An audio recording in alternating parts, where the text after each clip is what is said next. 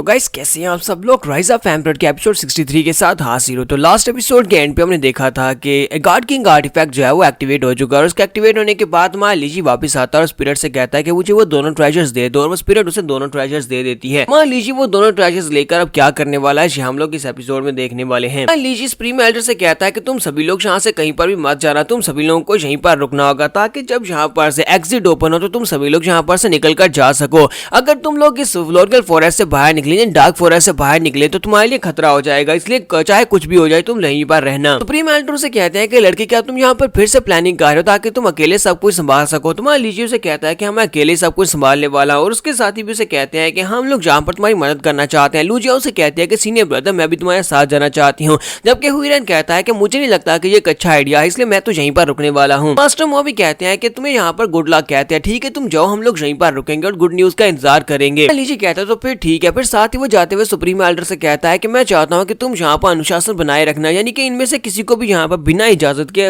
कहीं पर भी जाने मत देना, सभी लोग यहीं पर रहने चाहिए, इस डार्क फॉरेस्ट से नहीं निकलने चाहिए, कुछ भी हो जाए बिना परमिशन के कोई भी यहाँ से ना जाने पाए। और साथ ही वो पोर्टल को ओपन करता है और वहाँ पर से जाने लगता है। सुप्रीम एल्डर से कहता है बिल्कुल भी परेशान होने की जरूरत नहीं है, इन सभी को मैं अच्छे से संभाल सकता हूँ, मैं भी सुप्रीम एल्डर हूँ। और माँ लीजी वहाँ पर से जाते हुए स्पिरिट से कहता है तुम्हें बिल्कुल परेशान नहीं होना, मैं बहुत ही जल्दी वापस आऊंगा और उस मॉन्स्टर को भी खत्म करके आऊंगा। और लीजी वहाँ से दूसरी तरफ निकल आता है। वापस आने के बाद वो ओल्ड न्यूज से कहता है कि चलो जल्दी से आगे बढ़ो, हमें उस लाइट पिलर की तरफ आगे बढ़ना है, गॉड किंग आर्टिफैक्ट की तरफ। लेकिन जिस तरह मैं तुम्हें बताता हूँ बिल्कुल उसी तरह मेरे इंस्ट्रक्शंस को फॉलो करना है, जो रास्ता मैं बताऊंगा उसी रास्ते पर आगे बढ़ना। प्रिंसेस उसे कहती है कि तुम वहाँ पर से क्या लेकर आए हो, तुम बड़ी जल्दी वहाँ पर से वापस आ गए। तो लीजी उसे कहता है कि मैं वहाँ पर गया था कुछ स्पेशल चीजें लेने के लिए जो कि फाइट करने में हमारी काम आएंगी, इसी वजह से मैं वहाँ पर गया था। तो प्रिंसेस उसे कहती है कि मुझे नहीं पता कि तुमने यहाँ पर क्या तैयारी की है, लेकिन मुझे लगता है कि बाकी के सभी सेक्टर जो है वो लाइट पिलर के बहुत ज्यादा करीब पहुंच चुके हैं, वो लोग तो हमसे काफी ज्यादा आगे थे और अब तक वो लोग गॉड किंग आर्टिफैक्ट के करीब पहुंच गए होंगे, हम तो बहुत ज्यादा दूर हैं। तो लीजी कहता है कि इस बात से कोई फर्क नहीं पड़ता कि हम लोग दूर है या फिर वो नजदीक है, क्योंकि पहले तो हम लोग ही वहां पर पहुंचने वाले हैं,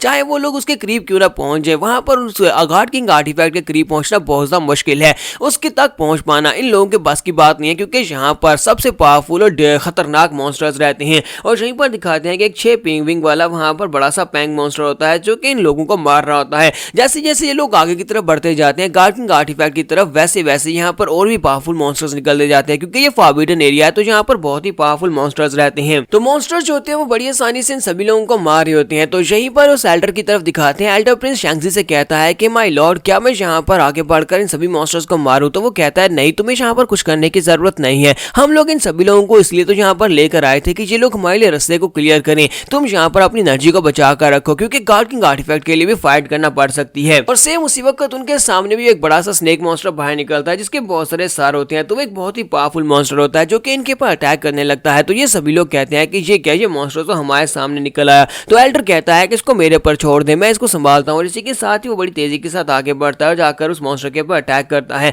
दूसरी तरफ ब्रदर किंगजान को भी दिखाते हैं कि ब्रदर किंगजान भी वहां पर मॉन्स्टर्स को मारते हुए आगे की तरफ बढ़ रहा होता है। वो एक बड़े से बुल लाइन मॉन्स्टर को मार कर आगे बढ़ जाता है। ब्रदर लेंग कहता है कि ये क्या, ये मॉन्स्टर तो इन मॉन्स्टर्स के दरमियान भी लेवल का डिफरेंस होता है। वहां पर उस बड़े से डीमन एप के साथ फाइट करते हुए पता चला था कि वो डीमन एप इससे ज्यादा स्ट्रॉन्गर था, लेकिन जितना ज्यादा हम लोग करीब पहुंच रहे हैं ये मॉन्स्टर इतने स्ट्रॉन्ग नहीं है। तो किंगजान उसे कहता है कि ब्रदर लेंग मुझे लगता है कि तुम्हें यहाँ पर इन मॉन्स्टर्स को कम आंकने की जरूरत नहीं है। हाँ, इन मॉन्स्टर्स में भी लेवल्स कम ज्यादा होते हैं और ये मॉन्स्टर उस मॉन्स्टर डेमन एप के बराबर में बिल्कुल भी नहीं था, यानी कि उससे काफी ज्यादा लो लेवल का था। लेकिन तुम्हें यहाँ पर सिर्फ और सिर्फ मॉन्स्टर्स के ऊपर ध्यान रखने की जरूरत नहीं है, क्योंकि हम लोग यहाँ पर अकेले नहीं है जो कि गॉड किंग आर्टिफैक्ट को लेना चाहते हैं, क्योंकि जिसके हाथ में भी गॉड किंग आर्टिफैक्ट लगेगा वही दुनिया के ऊपर रोल करेगा और इसी वजह से सभी लोग गॉड किंग आर्टिफैक्ट को लेना चाहते हैं। और यहीं पर एक दूसरी फैक्शन को दिखाते हैं जिन लोगों के पास उनका मास्टर जो होता है वो एक बड़ा सा जीनी होता है जो कि एक बड़े से चिराग के अंदर से निकला होता है। तो वो वहां पर मॉन्स्टर से फाइट करने के लिए उसको बाहर निकालते हैं। तो वो कहता है कि तुम्हें परेशान होने की जरूरत नहीं है, मैं यहाँ पर सब कुछ संभाल लूंगा। उसके सामने एक बड़ा सा स्केलेटन मॉन्स्टर होता है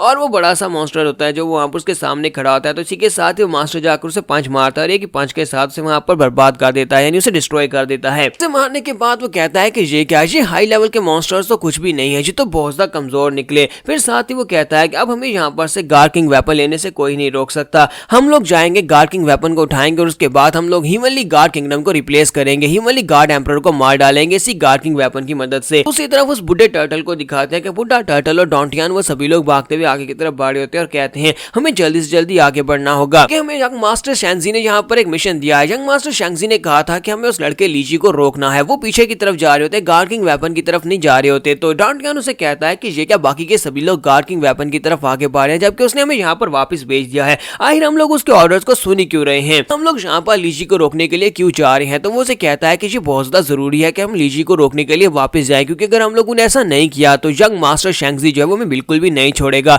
क्योंकि जो भी हो जाए एंड के ऊपर वो गार्ड किंग वेपन जो है वो हिमली गार्ड किंगडम के लोगों के हाथों में ही चढ़ने वाला है। तो तुम यहाँ पर हिमली गार्ड किंगडम के खिलाफ जाने के बारे में मत सोचो, क्योंकि ये बगावत होगी और बगावत का सिला वो लोग सिर्फ और सिर्फ मौत देते हैं। इसी के साथ एक बड़ा सा मॉन्स्टर उनके ऊपर अटैक करने के लिए आगे बढ़ता है। तो वो सभी लोग काफी ज्यादा घबरा जाते हैं और कहते हैं कि यहाँ पर तो एक हाई लेवल का मॉन्स्टर है, अब हम लोग क्या करेंगे। तो बुड्ढा टर्टल उन लोगों से कहता है कि घबराने की जरूरत नहीं है, मेरे यहाँ पर होते हुए कोई भी परेशान ना हो। और इसी के साथ बुड्ढा टर्टल अपने शेल के अंदर चला जाता है और साथ ही जंप करते हुए उस मॉन्स्टर के ऊपर अटैक करता है। वो अपनी बैग के साथ मॉन्स्टर के ऊपर अटैक करता है, तो एक ही अटैक में उस मॉन्स्टर को हरा देता है। और दूसरी तरफ हमारे लीजी का सीन दिखाता है कि हमारा लीजी ऊपर बैठा हुआ अंकल न्यू को बता रहा था कि किस तरफ जाना है। वो उसे कहता है कि याद रखना आगे से राइट मुड़ना है। तो वो कहता है ठीक है आगे से मैं राइट ही मुड़ूंगा, लेकिन मुझे ये तो बताओ कि इस जंगल के अंदर इतनी ज्यादा मूवमेंट्स हो रही है, कहीं यहाँ पर फाइट तो नहीं चल गई, कहीं मॉन्स्टर्स फाइट तो नहीं कर रहे। तो लीजी उसे कहता है कि हाँ तुमने बिल्कुल ठीक गैस किया है, यहाँ पर बहुत सारे मॉन्स्टर्स हैं जो कि फैक्शंस के साथ फाइट कर रहे हैं। ये सभी सेक्टर्स के लोग गार्ड किंग वेपन की तरफ आगे बढ़े हैं, लेकिन जैसे जैसे ये लोग आगे बढ़ेंगे वैसे वैसे यहाँ पर रास्ते में पावरफुल मॉन्स्टर्स निकलते जाएंगे।